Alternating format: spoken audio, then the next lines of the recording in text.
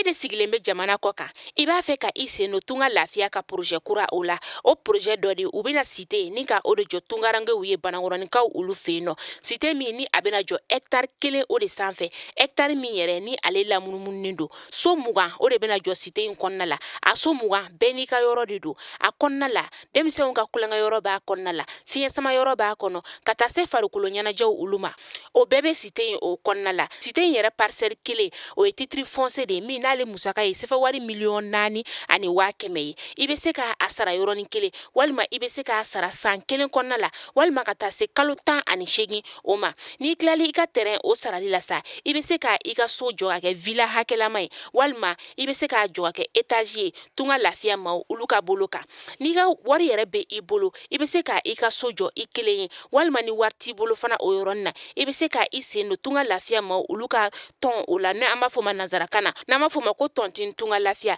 walasa ka se ka I ka so ale jɔ cité o kɔnɔna la o t'a bannen dɛ tunga lafiya ma o bɛna tila ka immeuble fana jɔ cité in kɔnɔna la immeuble min n'i bɛ se ka appartement o san chambre 3 de b'a kɔnɔna la ale ni salon 1 a musaka bɛ t'i jɔ sefa wari 15,000,000 la ka taa se sefa wari 17,000,000 ma I bɛ se ka o fana sara dɔɔni fo ka taa se san 2 ani tila ma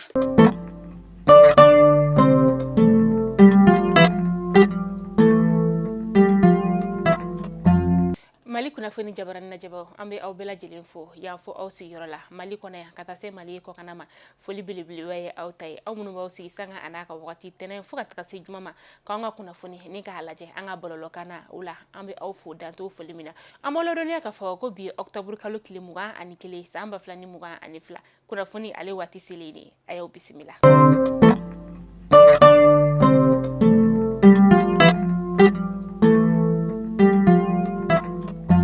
kunnafoni daminɛla bi an ka ministre ɲɛma ni o ye colonel Abdoulaye Maiga ye kunu octobre kalo tile 20 san 2022 a kɔni ye chinois olu ka lasigiden ni ka ale bisimila ni o ye Chen Shihong ye Chen Shihong a nana kana an ka ministre ɲɛma ni ka ladɔnniya k'a fɔ u bɛ congrès min ni ka ale kɛ octobre kalo tile 16 tɛmɛnen a kɔni nana kana o ko ni ka olu da an ka ministre ɲɛma a kulo kan ka tila k'a yira tuguni k'a fɔ ko Mali ni Chine ka jɛɲɔgɔnya san 62 ɲɛnajɛw olu baaraw olu bɛ senna ani tuguni fana fɛn min ye chinois u ye kabala campus min ni ka ale dilan Mali ni Chine ka bolo ni ɲɔgɔn ma o kɔnɔna la o baaraw kan ka kolomokari ni a kɔnɔna kana a yira an ka ministre ɲɛma la k'a fɔ ko a bɛ fɛ a sen ka ye o baaraw kolomokarili o kɛnɛ kan an ka ministre ɲɛma ni o ye colonel Abdoulaye Maiga ye a kɔni ye foli kɛ ni ka ɲɛsin chinois ka lasigiden ale yɔrɔ la ka tila k'a yira k'a fɔ u ye dɛmɛ min ta ka ɲɛsin anw ka jamana ma fo ka taa se ka ONU kɔnɔna o ma a y'o foli kɛ ni ka ɲɛsin u ma an bɛ ɲɔgɔn dɛmɛ kalo min o kɔnɔna la sa ni ye a dɔgɔkun 3nan o ye an bɛ wagati min na i n'a fɔ sisan nɔ segukaw olu kɔni ye u bolo nɔ kosɛbɛ ka sababuya kɛ an ka cɛmancɛ fanga jamana ɲɛma ni o ye colonel Asimi Goita ye ale kɔni ye fɛn min ye dɔgɔtɔrɔw ka bolimafɛn bɛ yen nɔ n'a bɛ banabagatɔw ta teliya la ni ka taa n'u ye lapitaniso la n'an ko ma nanzarakan na ko ambulance a ye o 7 ni ka o di Segu ni a lamini ma segukaw fo ka taga se Segu dugu marabagaw ma sa u kɔni bɔra fan bɛɛ lajɛlen fɛ ni ka colonel Asan Bajolo ale n'a ka maaw ni ka se ka u sɛbɛkɔrɔ bisimila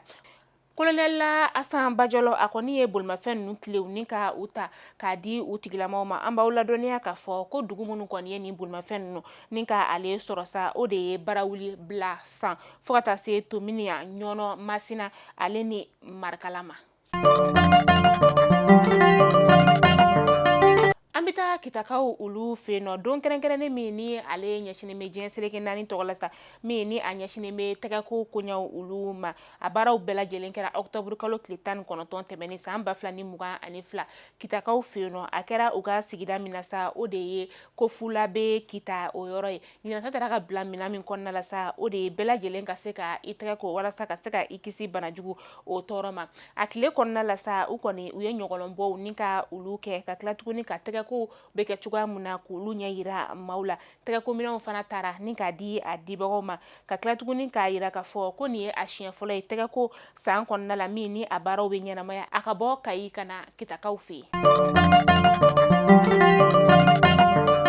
an bɛ taga taga yorosokaw ulu fe no dɔgɔkun kɛrɛnkɛrɛn min ni a kun talen no sa ka se ka sumaya banaw ni ka o kɛlɛni ni kun ye atako naani na ye dɔgɔtɔrɔ ulu fɛ sa a baaraw kɔni ulu kun cɛra u kun bɛ ka baara laɲini kɔni tun ye fɛn min sa o de ye dɔgɔtɔrɔw ka fɔ la denmisɛn minnu bɛ yen nɔ n'ulu si bɛ t'i jɔ kalo 3 ka taa se kalo 59 ma ka boloci kɛ ulu la walasa sumaya bana kana u sɛgɛn cogoya min na ani denmisɛn minnu bɛ yen nɔ n'ulu si bɛ t'i jɔ san 5 o bɔɲɔngo la sumaya bana kɔni bɛ dankari ulu ka bunahadamadenya de la boloci ninnu kɔni lahalaya kun bɛ o de kɔnɔna la sɛmɛya kɔnɔna ye o la denmisɛn 63 ni 500 de bɛ yen nɔ minnu ni nin boloci in kɔni tun ɲɛsinen don olu ma ka ladɔnniya ka fɔ ko walasa ka se ka denmisɛnw olu kisi sumaya bana ale tayani ma ani u ka se ka lada dɔgɔtɔrɔso la ka sababuya kɛ sumaya bana ye u ka nin baara in kun ɲɛsinen bɛ o ma min n'u ye tile 5 kɛ a la a tile 5 kɔnɔna la sa u kilala tugun ka sɛgɛsɛgɛli ni ka o kɛ denmisɛnw na walasa kɔngɔko gɛlɛya bɛ denmisɛn minnu na sa ka se ka o fana sidɔn.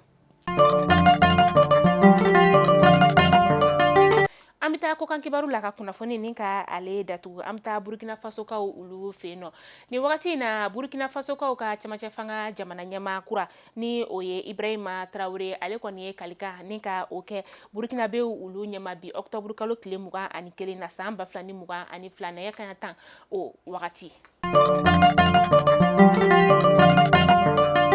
Mali kunnafoni jabarani lajɛbaw aw tulo garisɛgɛ kɛra ni kunnafoni de bi ni k'a da aw tulo kan yan'an ka kan bɛɛ da ɲɔgɔn ye sa aw bɛɛ b'a dɔn k'a fɔ ko tunga lafiya ale de ye anw ka kunnafoni ale ye jukɔrɔma dondoba ye tunga lafiya min ni a nana tungarankew olu lafiyali kama e b'a fɛ ka so jɔ Mali kɔnɔna la yan nɔ i t'a dɔn i b'a kɛ cogoya min na tunga lafiya maaw olu bɛ yan o de kama i sen don tunga lafiya maaw olu ka tɔn na walasa i bɛ se ka so ni ka ale jɔ lafiya la ka sɔrɔ i ma tɔɔrɔ kalo 5 o kalo 5 o bɛ villa simple n'o ye 3 chambre salon o tile ta ni k'a di maa kelen ma kalo 7 o kalo 7 villa duplex o tile 1 bɛ ta ni k'a di maa kelen ma wa u ka nin baara in bɛɛ lajɛlen bɛ kɛ ni contrat de ye a contrat a bɛ taa mara notaire de fɛ yen nɔ o b'a yira k'a fɔ ko namara tɛ tunga lafiya maaw olu ka baara la maa min fana bɛ yen nɔ ko dugukolo de bɛ i bolo i t'a dɔn i bɛna jɔ cogo min na papier min b'a la titre foncier de don walima permis d'occuper de don a ta i k'a di tunga lafiya maaw ma u b'a jɔ k'a d'i ma k'a ban pewu ka sɔrɔ i ma tɔɔrɔ damu ale ni lafiya o kɔnɔna la tunga lafiya de bɛ se ka o k'aw ye o tuma la a y'u wele walasa aw bɛ se ka kunnafoniya wɛrɛ ni ka o sɔrɔ tunga lafiya ka baara la